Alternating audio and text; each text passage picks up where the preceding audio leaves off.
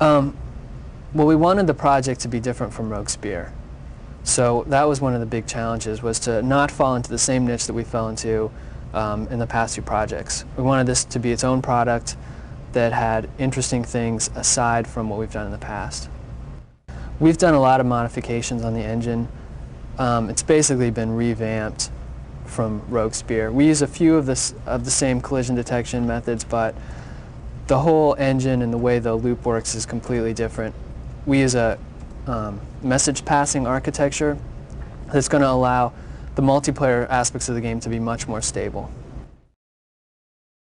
Well, there's a new multiplayer game type that I'm excited about.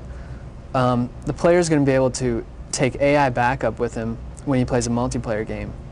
So you can play against your buddies and their AI backup versus you and your AI backup. So I think that's going to make for some very interesting gameplay experiences.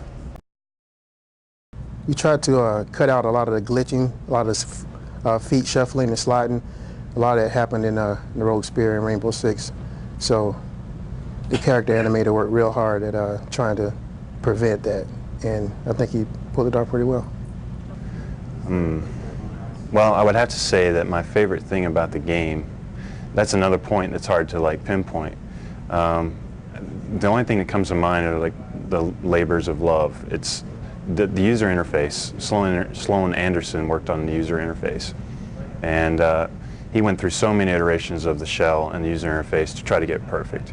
We went through it with fine-tooth comb. We've gone through it back and forth, trying to make sure that it's intuitive, that that it's sophisticated, and because of the number of things that you can do out on the battlefield are represented by the shell, it has to be sophisticated. It has to be a sophisticated shell, and it has to be intuitive for the player.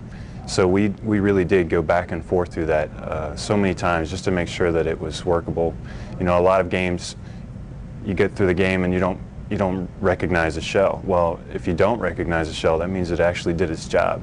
It's one of those understated, players in the game. My favorite mission is the battlefield. Actually, that's not giving much away because it was shown at a few of the press events. The reason that it is the most, my favorite is that it is probably the most realistic representation of war that I can come up with. Luckily, I have never had to be in actual war, so to me it represents what I feel war would be like. Bullets flying all around, constant action, getting surrounded at times, having to change your plans on the fly because the enemy did something you didn't expect, which I'm guessing happens all the time in war. So to me it is the most realistic representation of a war simulation or a war scenario that I've seen in a game. The gameplay in Ghost Recon is just incredibly intense for me. Sticking your head around corners, just knowing that at any instant you can die. When you hear bullets whizzing over your head and you can't find who's shooting at you, that whole feeling for me is just incredible. It just makes the adrenaline start flowing. Well, the graphics are great, the gameplay is great, but the big thing I think that's really going to stand out is the way the AI works. We've really improved on how the enemies react.